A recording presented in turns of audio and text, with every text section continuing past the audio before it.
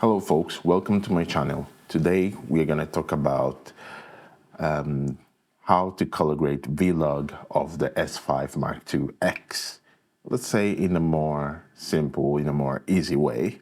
But this scene, it's probably not the most simpler scene because you have a window and then you have a dark-skinned person, which it's really important to kind of program yourself to that because it's a high contrast scene because you have an open window and you have a person that it's a dark skin. So now I'm going to show you how you can actually color this image, but first thing first, how this image actually looks like, because this is more of a contrasty scene. So and it's a flat profile, so there isn't really much you can actually see, and let's go straight into it. But I usually start with 5 notes, so 1, 2, 3, 4, 5. The last one, when it's this type of image, I usually use a false color that they give us here in DaVinci.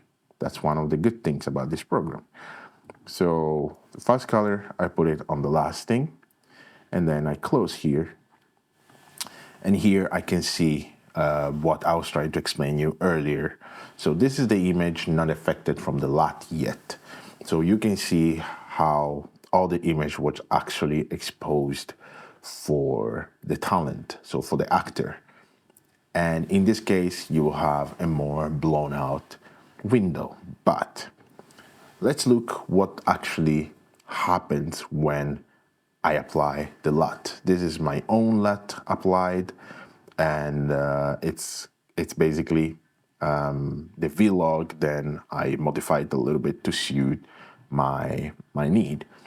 And when I apply my own light, if you are interested in purchase it or anything, let me know, and I will create a carousel where you can actually go and purchase it.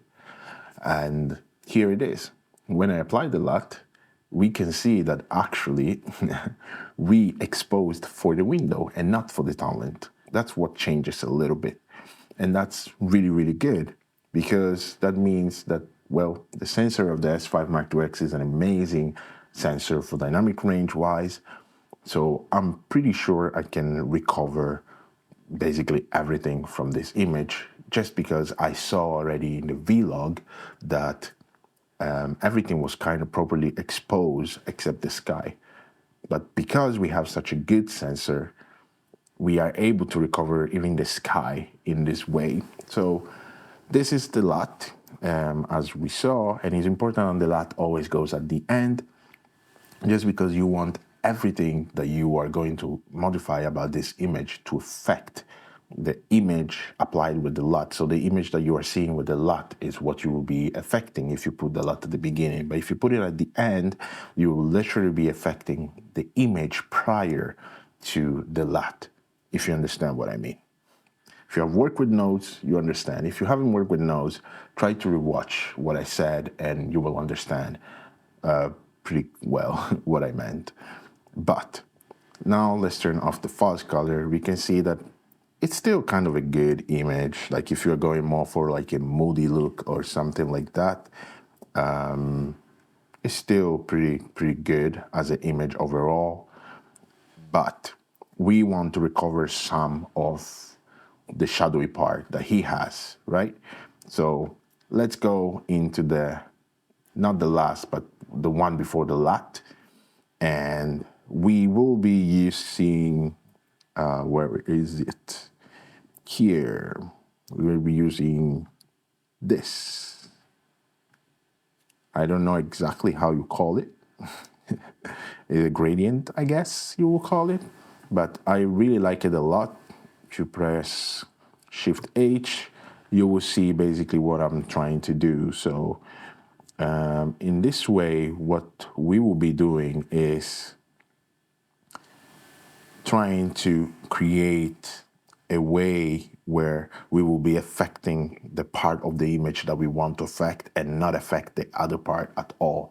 I really like to use this tool. I think the name is Gradient or something like that, because it's really good so that you can isolate one part of the scene, but still kind of have still affect it, but still kind of isolate it. What I mean is that you see that there is like a part where you're not going to affect at all, which is the grayest part of the image. But then you see that it slowly fades and blends into the rest of the image. So it's not like you are cutting really harshly as you are using like a box or a circle or anything, but you're going to affect slightly and slowly the whole image so that you kind of blend the whole things together. And what I mean is that if we turn off this, I can bring slightly, you see, that part of the image back. I can bring it back. And if I turn it off and on, you see how it actually blending with the rest of the image without actually affecting the Windows part at all. And that's really how this tool works. And that's why I like it so much. And if I bring it back in the highest, you can see what I meant, you see. So we kind of brought him a little bit out by taking a little bit of the shadow out, and it's pretty decent. It's pretty good already. So here I will call it like gradient, whatever. So here I pretty much like how the image looks already, but as a first thing, I will usually go and kind of fix the the white balance. So my first node is always, my first two nodes usually, the nodes that I use to white balance the image. And this, it's really good already. It was pretty good already, white balance. But if you maybe want a little bit more of like a even colder image of how it is, because we shot this in a winter and it's still actually winter, so maybe you want that winter color feeling, you can still add it. And you see there is a little bit of maybe greenish where the talent is. So what we can do is like, we can just add a little bit of purple-ish, and it's really good because it's gonna bring a little bit of that texture of the skin a little bit better, because it's a darker skin. So darker skin people tends to go a little bit more on the magenta side, and white skin people tends to go more probably on the reddish, yellowish side. But it always depends on which camera brand you're using. But more or less, the image looks pretty good. So before white balancing it, it was pretty on the orangey side, but now it feels a bit better. It feels a little bit better as an image. But now in the second part, I would like to bring more my talent out.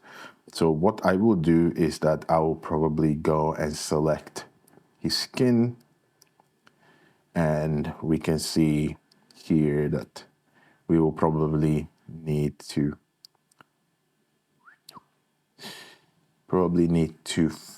finesse it a little bit. Yes. And we just add a little bit of blur, and then I will just kind of add a little bit of contrast on the skin. Let's see how it actually looks like. You see? So now we have a little bit of that contrasty texture on the skin. So you kind of brought it a little bit further, and like a little bit like standing out from the background a little bit. And yeah, I wouldn't do much more to a scene like this. So for my point of view and for my liking, I wouldn't do much to this image, because it looks pretty good already. It looks pretty nice. Maybe you can add some sharpening if you want on the hair to bring some texture, and whatever you want to do, you can do. But this is just like a simple edit, and we can just go on the false color, and we can see compared to before, we have brought back or that kind of darker scene. If we go to the gradient, when I was using that tool that will kind of fade out the effect of my color grading, and we brought back some of that, then you can see that with contrast we kind of darken a little bit the shadowless part of the image, just to bring some texture, to bring some moodiness to the scene itself. It's already moody, but it's nice that we kind of brought back a little bit more of that shadow and a little bit more of the texture that the person had on the skin. And then basically with the last step, we just white balanced a little bit more the image itself. So this is how I usually use the fast color from the DaVinci Resolve program. There are other ways you can use it. You can use your own ways to color grade, but this is how, or the simplest way that I have found for me, and to make it easier for me to color grade this specific type of scenes. And it's simple, it's easy, and if you are interested on me showing you how to properly expose a dark-skinned person and to properly color grade a dark-skinned person, let me know in the comment down below, and I will make sure to deliver a video that will teach you that or will help you out with that, because I have had many people asking me advices on their own films or stuff like that. And yeah, I shared my point of view and fixed some mistakes that maybe people have made on darker skinned people. So yeah, I hope you enjoyed this. It was 13 minutes or well, more or so. But thank you for supporting me always. Subscribe for more content like this and different type of content, because I do news about L-mount and I do color grading, I do reviews, I do many things. And if you enjoy this, consider subscribing, because there is more coming. And thank you for sticking here and hearing me blubbering. I'm gonna see you in the next one.